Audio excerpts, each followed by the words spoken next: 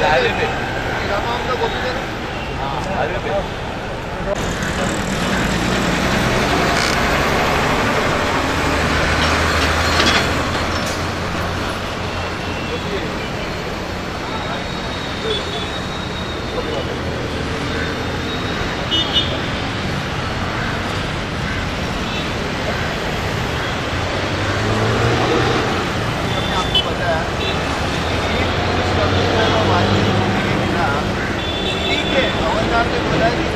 सौ लेटर आने के बाद में हमारे साथ अभी तक मस्ती कर रहे हैं। अरे पैसा बहुत खत्म हुआ ना, उसको पकड़ के AK शर्मा, पुलिस प्रशासन, हमारी मांगे पूरी करो, हमारी मांगे पूरी करो, हमारी मांगे पूरी करो, हमारी मांगे पूरी करो, हमारी मांगे पूरी करो, हमारी मांगे पूरी करो, हमारी मांगे पूरी करो, हमारी मांगे पूरी करो। पुलिस प्रशासन, पुलिस प्रशासन, पुलिस प्रशासन, पुलिस प्रशासन, पुलिस प्रशासन, पुलिस प्रशासन, पुलिस प्रशासन, पुलिस प्रशासन, हमारी मांगे पूरी करो, हमारी मांगे पूरी करो, हमारी मांगे पूरी करो।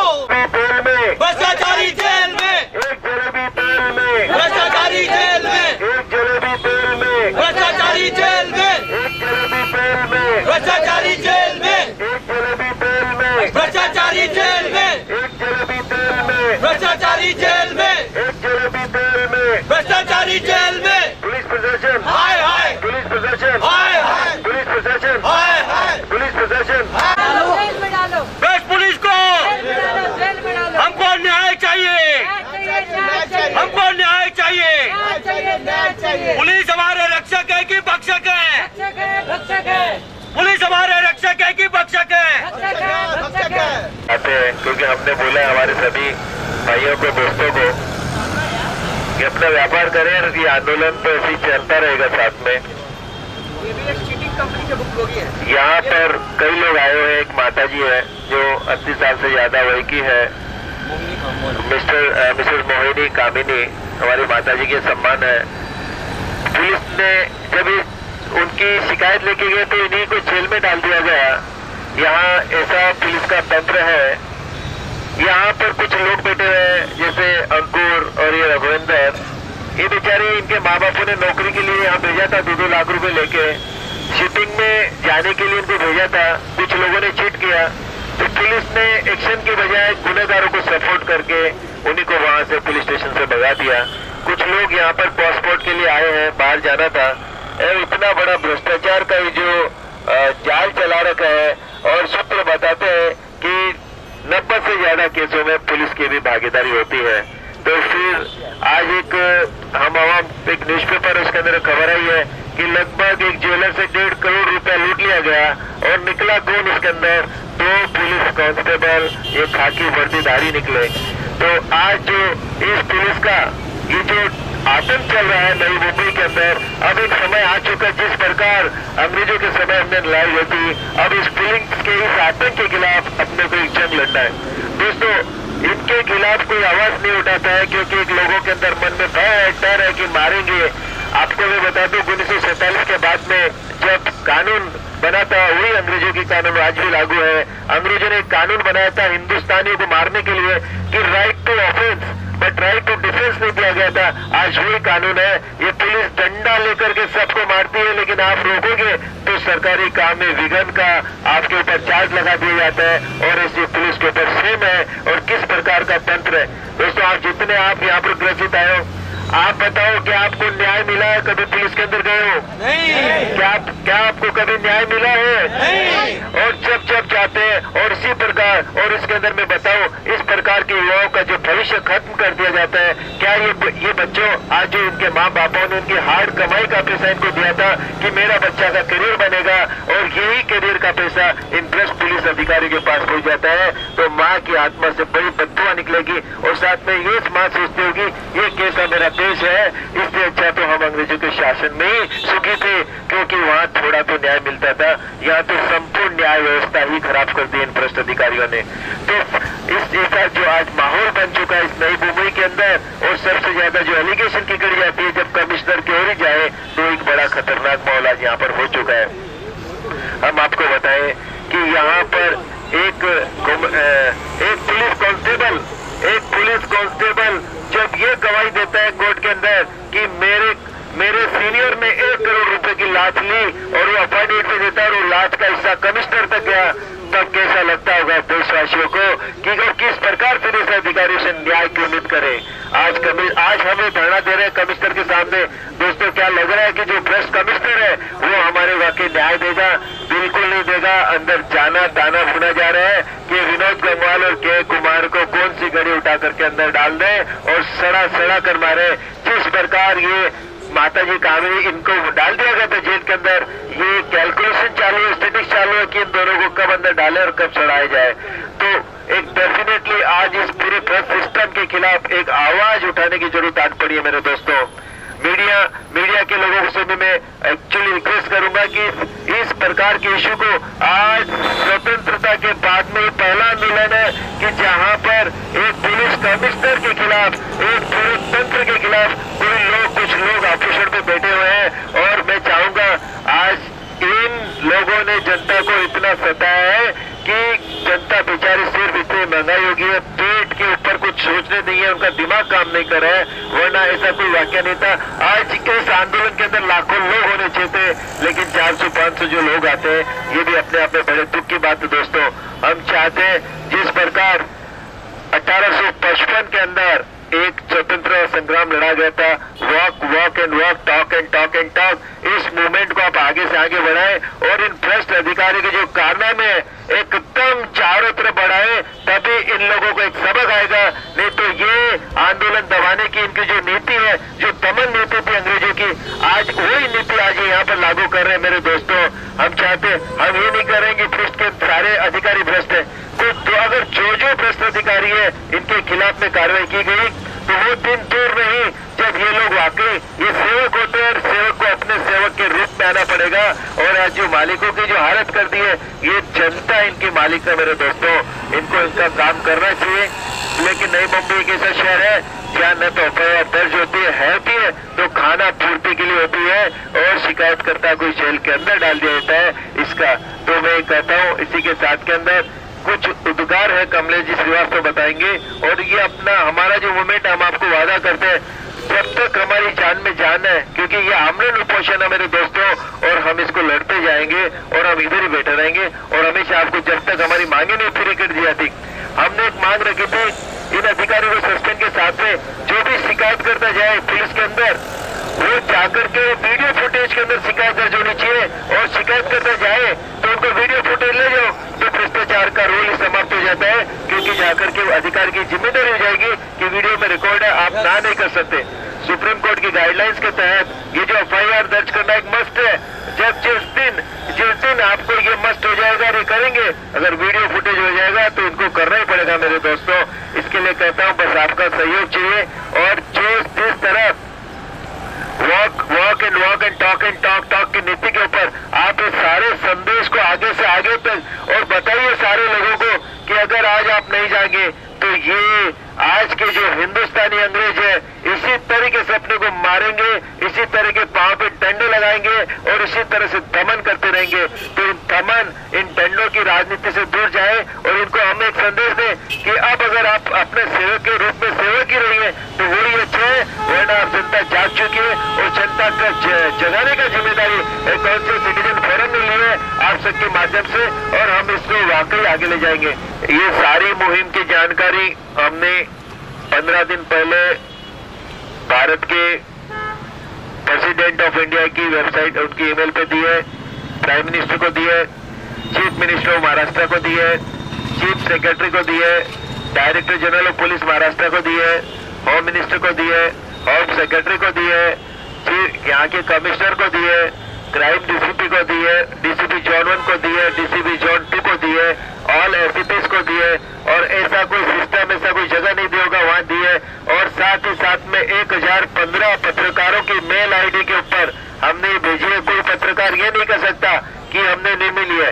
और अगर फिर भी कोई पत्रकार नहीं लगाता है तो हमें बड़ा दुख है कि आज की डेट के अंदर एक 10,000 रुपए की चेन लूटी जाती है, उसकी पत्रकार दौड़ का न्यूज लगाते हैं। और इस प्रकार के मूवमेंट को अगर पत्रकार नहीं लगाता है तो भी हमें बड़ा दुख होता है कि पत्रकार लगाता नहीं है और न्यूज आती नहीं है।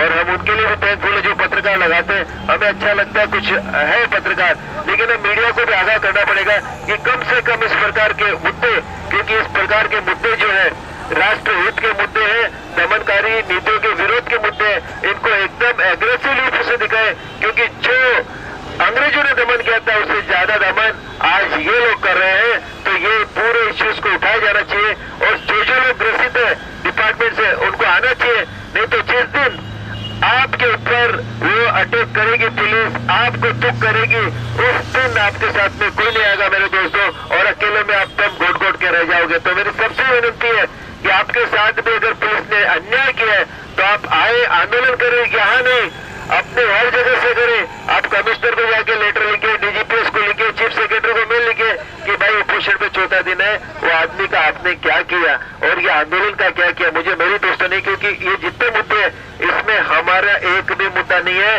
ये हमारे को कुछ फायदा है। ये मुद्दे हैं तो सिर्फ आपके, ये मुद्दे हैं तो सिर्फ बच्चों के।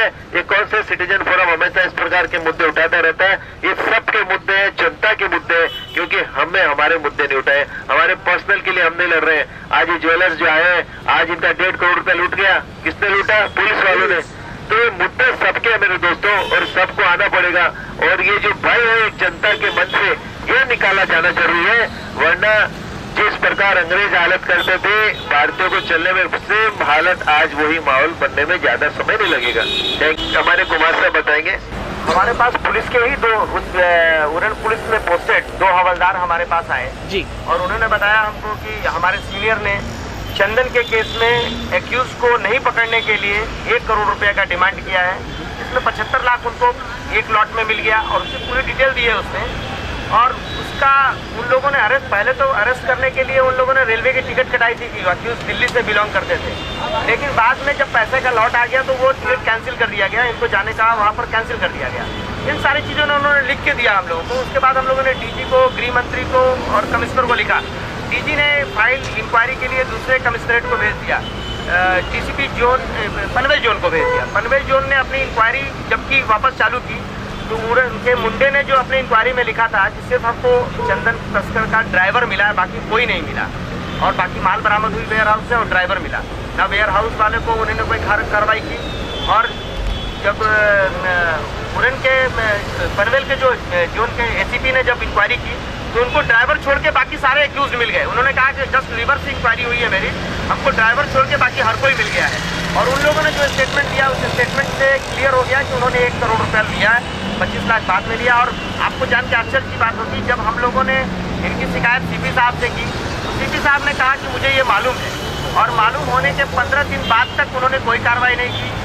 कल हमको पुरुषोत्तम कराड़ साहब ने बुलाया था, उन्होंने कहा कि एकाएक हम इनको सस्पेंड नहीं कर सकते क्योंकि वो ट्रिब्यूनल में चले जाएंगे। हमने कहा आप सस्पेंड मत कीजिए, कम से कम उनको यहाँ ला के तो बिठाइए। जिस तरह से वो शिकायत करता 2 हवलदारों को आपने यहाँ इमीडिएट बिठा लिया, उस तरह से उस लुटेरे को भी यहाँ बिठा लीजिए, क्योंकि वो देश की सुरक्षा के साथ खिलवाड़ कर रहा है। बिना किसी देख रेख के माल इधर से उस पार भिजवा दे रहा है, और विदेशी जो बोट से माल आ रहे हैं उसको अंदर कर ले रहा है शहर को। कम से कम नेशनल सिक्योरिटी के ख्याल से तो उस लुटेरे को यहाँ लाइए।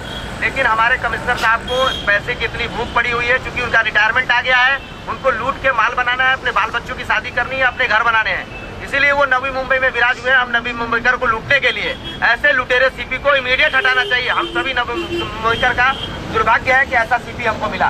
पत्र के माध्यम से सूचना दी है, डायरेक्ट तो कोई साधन नहीं है उनके पास जाने का। आप लोग समझते हैं कि आप हमारे यहाँ ब्यूरोक्रेट्स और नेता इस तरह के सिक्योरिटी जाल में घिर जाते हैं कि कॉमन पीपल उनसे बहुत दूर चला जाता है। उसकी बात बताते हैं, आर पाटिल की बात बताता हूँ। तो मैंने एक PIL फाइल किया है हाई कोर्ट में, जिसमें हम लोगों ने ये लिखा था कि नवी मुंबई से केस क्यों ट्रांसफर करते हैं आप, जो डिसेबल पुलिस है उनको क्यों नहीं ट्रांसफर करते आप। और उनको हमने बताया कि राइट टू इक्वलिटी, एक हमने केस लेके गए सीपी के पास, पहले थानेदार के पास गए उड़न में, इसमें NRI पुलिस स्टेशन में मिस्टर वेदक के पास। वेदक ने कोई केस दर्ज नहीं की और उस औरत को ही डरा के भगा दिया था, जिसके एम्प्लॉयर ने उसको पीटा था। बाद में हम लोग उनको सीपी के पास ले गए, सीपी ने उस पर रिकमेंड कर दिया। सीपी के पास जाने के बाद उन्होंने क्या बोला कि जाओ जाओ हम सीपी से बात कर लेंगे। 2 बार गृह मंत्री RR पाटिल से हमने लिखवा के लाया उस पर, उसके बाद भी FIR हम दर्ज नहीं करवा पाए। अल्टीमेटली हमको 156(3) में जाना पड़ा। जबकि हमने RR पाटिल साहब से पूछा था कि साहब ये बताओ, जो 2 VIP मरे, आपने उनके सेंटीमेंट को देखते हुए केस ट्रांसफर कर दिया। क्या गरीब का कोई सेंटीमेंट नहीं होता? गरीब के लिए कोई गृह मंत्री नहीं होता? क्या उनके लिए कोई मुख्यमंत्री नहीं होता? वोट लेने के समय में तो सब कुत्ते के जैसे आ जाते हैं, और जब उनको कुछ देना रहता है तो आप उनके लिए अलग अलग बातें बताते हैं। तो ये राइट टू इक्वलिटी नाम की चीज अब हमारे यहाँ नहीं रहा, जो हमारा फंडामेंटल राइट है, राइट टू इक्वलिटी नहीं है। अब राइट टू एबिलिटी है, आपके पास जितना पैसा है आप उसके हिसाब से आप ऊंचा खरीद लीजिए। अपने कांस्टेबल को, जो कांस्टेबल ने हम लोगों के पास शिकायत करी थी जी, उनको मुंह बंद करने के लिए 50,000 रुपया दिया था। बाद में उस कांस्टेबल ने उस पैसे को विभाग में जमा करा के उसका रिसीट ले लिया। किसके पास दिया है वो जमा करा? उन्होंने अपने डीसीपी को दिया। जोन 2 के डीसीपी के पास है? किसके पास? जोन 2 के पास है, मेरे को पूरा जानकारी नहीं। ये पेपर, ये चीजें ऑन रिकॉर्ड आई हुई है कि नहीं आई है? ऑन रिकॉर्ड आई हुई है, उन्होंने रिसीट दिया है उनको।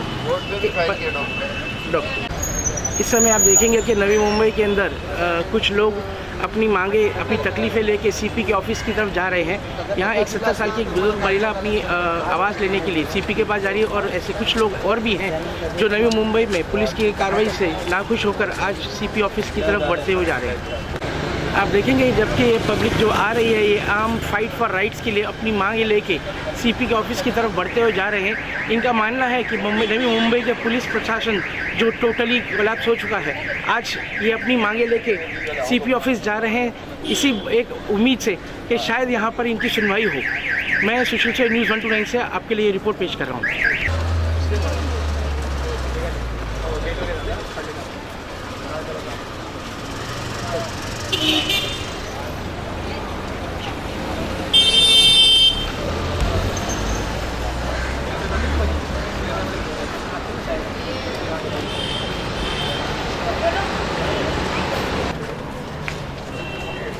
बिल्कुल नहीं सीपी ऑफिस।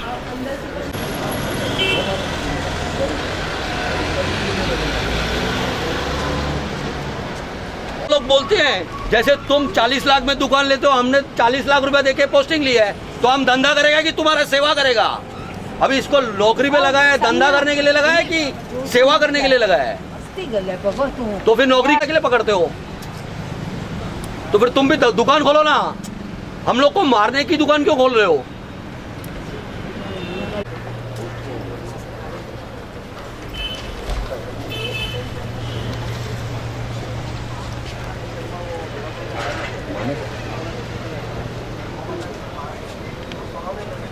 भाई कोई पुलिस वाला तो आवे ना, उसको उनको पूछे ना भाई क्या है आपका, कंप्लेंट क्या है, ग्रीवेंस क्या है? भाई वही तो पूछा ना इधर का जो लेकिन इंचार्ज पूछा, है। लेकिन उनका एक्शन क्या लिया है? एक्शन क्या लिया मेरे को मालूम नहीं। हाँ तो पूछा नहीं ऐसा तो हमको नहीं तो जाने दो सीपी साहब के साथ मिलने के लिए।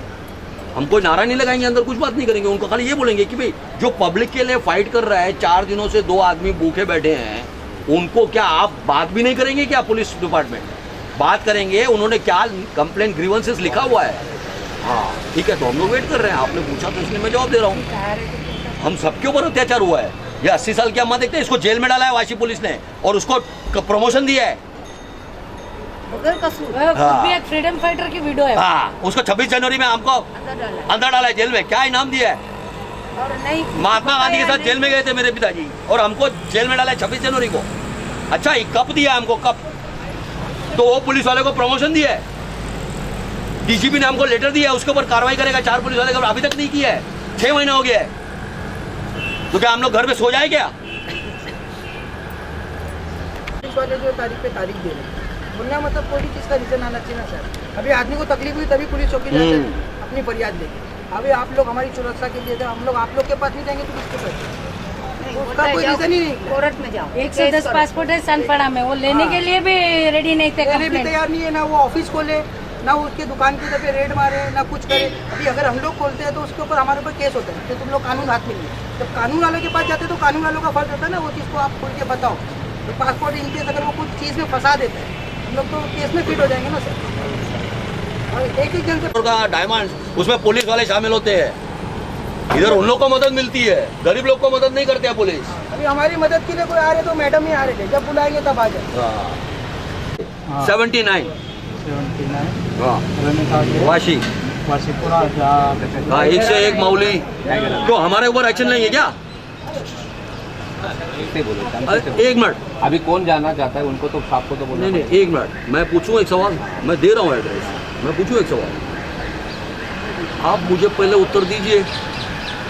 2 आदमी वहाँ पर बैठे हैं 4 दिनों से, हम लोग सिर्फ सीपी साहब को एक सेंटेंस बोलना चाहते हैं कि वो बैठे हैं पब्लिक के भलाई के लिए, हमारे केस के लिए, जिसने भी पुलिस ने हमारे ऊपर अत्याचार किया है, ये बोलने के लिए हमको एड्रेस लिखनी पड़ती है सबको। एक मिनट प्लीज मुझे उत्तर चाहिए, फिर मैं आपको दे रहा हूँ, सब लोग देंगे। इसका मतलब क्या है? मतलब जो विजिटर अंदर जाएंगे, हाँ। इसलिए वो नाम। अच्छा, जब नाम लिखते ना, आपका रजिस्टर का रूल क्या है? आपका रजिस्टर का रूल क्या है? हाँ, नाम नंबर लिखो ना, पूरा एड्रेस लेके। क्या हम लोग को डरा रहे क्या? डराने का तो फिर पूरा एड्रेस क्यों चाहिए? दिलीप कामानी। पर्पस क्या है मिलने का? बस हाँ, वो तो पर्पस मालूम है ना उनको। लिखाते जाओ अपना नाम।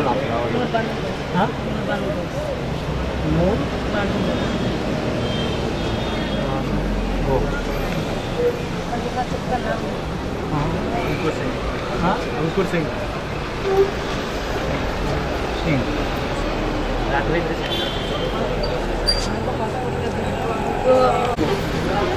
मेरा लेटर नहीं है, डीजीपी का लेटर है। आपको हाईकोर्ट का भी जजमेंट का भी जवाब देता हूँ मैं। उसमें क्लियर लिखा है 6 लाख रुपया fine. Clear violation of DK Basu 1997 para 36 law says. हाँ, वेरी लॉ वेरी।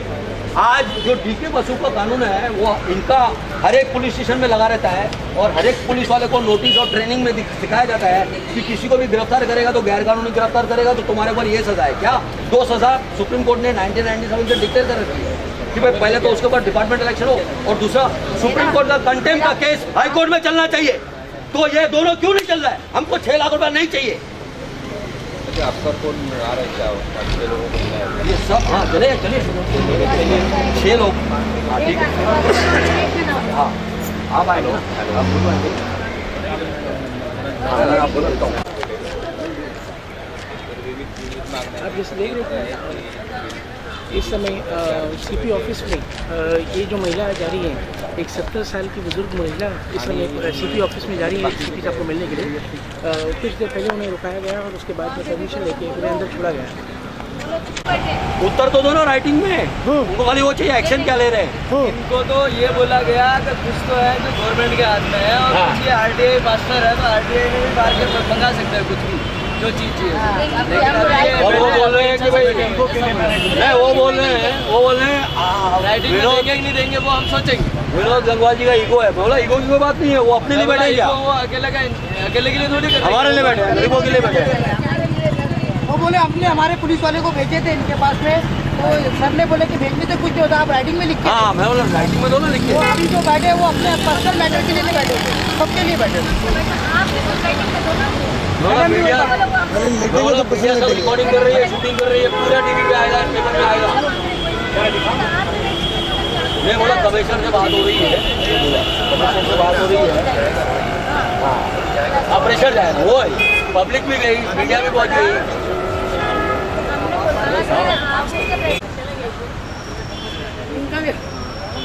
बहुत बड़ा है। ये लोग जो खड़े हैं इनमें से कुछ लोगों के ऊपर ऐसे कुछ है कि पासपोर्ट बनाया नहीं थे बाहर जाने के लिए। इन लोगों ने कहीं से लोन लेकर अपने गहने बेचकर बाहर जा रहे हैं, क्योंकि इस तरीके की रिक्रूटिंग कंपनी के पास पैसे भरे थे और वो फरार हो गए। आज इनके पास ना पासपोर्ट रहा, ना आज इनको नौकरी मिली, और ये आज कमिश्नर ऑफिस के बाहर आके धरना देके बैठे हैं कि कोई इनकी सुनवाई करे। ऊपर की गई वरिष्ठ ऑफिसरों को मिलने के बाद में भी उनको कोई जवाब नहीं मिला। हाँ नहीं, पीतल का पूरा सोना का गहना बेच के छोकरा को बाहर बेच रहा। अच्छा, जैसे कि आप बोल रहे थे कि आपने ऑटो भी बेचा है अपना, ऑटो कितने में बेचा? ऑटो में 70,000 में। पार्टी सर्टिफिकेट किया कितने? पार्टी सर्टिफिकेट पार्टी वो एजेंट कर रहा है सर। हाँ, एजेंट है। ओके, तो मैं पीछे सबसे पहले आपका नाम जानना चाहेंगे? मेरा नाम नीलोफर है। नीलोफर जी, बताइए कि ये क्या मामला है, क्या घटना घटी है आपके साथ? पासपोर्ट लेकर के भागा एजेंट ने जी। अभी हम लोग ने अपने मतलब जेवर गहने जो भी थे अपने बेच के। मैं ये जानना चाहता हूँ कि एजेंट पासपोर्ट लेकर कैसे भाग गया? क्या आपके घर पे आया था कि आप लोग उसके ऑफिस में गए थे? ऑफिस गए थे। कितने पैसे दिए गए थे उसके बदले में? लोग ने तो 40,000 रुपये भरे हैं जी। और इतना तो उसने हम लोग को दौड़ाया भी। अच्छा, आज तक दौड़ाया, मतलब उसने पैसे वापस नहीं लौटाए? नहीं, और सबसे आखिरी में तो पैसा हमारा ही गया, क्योंकि उसमें वो एक ही बात बोलता था। अकबर बोले जो है सबका पैसा आ गया, तुम्हारा ही पैसा नहीं आया। जी अच्छा, बस जी आपका नाम जानना चाहेंगे? हाँ, रजिया भजन।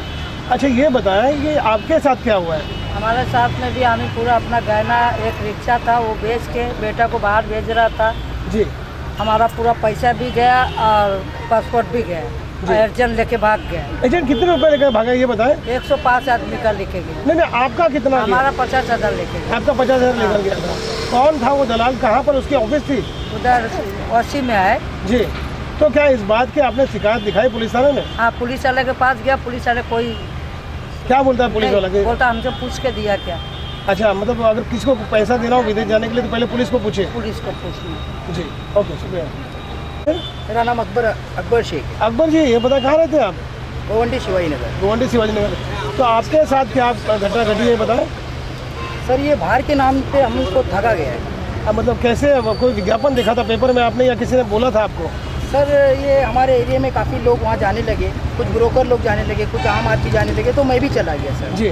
तो कहाँ भेजने वाले थे आपको, और कितने पगार मिलने वाले थे और अपने कितने रुपए भरे? सर ये मोरे से भेजने वाले थे। हाँ। और इसके अंदर हम लोग ने 50,000 भरे, 40,000 का चेक मिला है हमारे को उनकी तरफ से, और 10,000 वगैरह मेडिकल वगैरह में गया है। जी। जब हम लोगों ने इसके बारे में कंप्लेंट करने के लिए पुलिस चौकी गए तो पुलिस वाले लोगों ने हमारी सुनवाई नहीं की। जी। और जो मेडिकल वाले हैं, मेडिकल जिधर पे हम लोग ने कराए थे, मेडिकल वाले से बात की तो मेडिकल वाले का कहना है कि हमको उनसे क्या मतलब। ओके, हमने तो अपना काम कर लिया। हमने तो अपना काम कर लिया और आपका मेडिकल सर्टिफिकेट दे दिया। हाँ। और सर अभी हम लोगों ने मैडम को लेके गए तो मैडम को 15-20 दिन के बाद कुल मिलाकर कितने लोगों के साथ ठगी की घटना घटी है बताएं आप? सर कुल मिला के 105 लोगों के साथ में ठगी कार्रवाई हुई है। कम से कम कितने पैसे लेकर भागा हुआ अगर दलाल की बात की जाए तो? वो जो भागा जो ऑफिस वाला वो जी जी कम से कम 60 लाख 70 लाख होगा सर। 60 से 70 लाख। कितने लोग थे और क्या नाम था उसका? सर उसका एक का नाम संतोष था जिसके हाथ में हम लोग ने पैसा हैंड ओवर करे थे, और दूसरा एक अन्ना नाम का है वो उसका जो जिसके नाम पे मतलब फोटोग्राफी वगैरह जो है। कुछ फोटो वगैरह है क्या उनका? हाँ उसके फोटो भी है सर। फोटो है, जरा दिखाइए। उनका फोटो दिखाते, फोटो लाओ। कहाँ जाऊँ?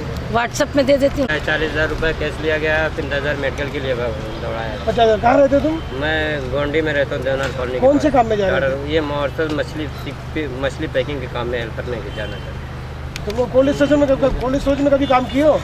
नहीं सर। अभी तुम पुलिस स्टेशन में उठा के देते जहाँ मछली ठंडा होता है वहाँ तुम भी ठंडे हो जाते। ऐसा सर नहीं ना, जरूरी नहीं ना कि ठंडा हो जाएंगे, इंसान मेहनत के लिए बहुत कुछ करता है। क्या होता है, कोल्ड स्टोरेज में मच्छी रखी होती है और वहाँ पे काम करना होता है।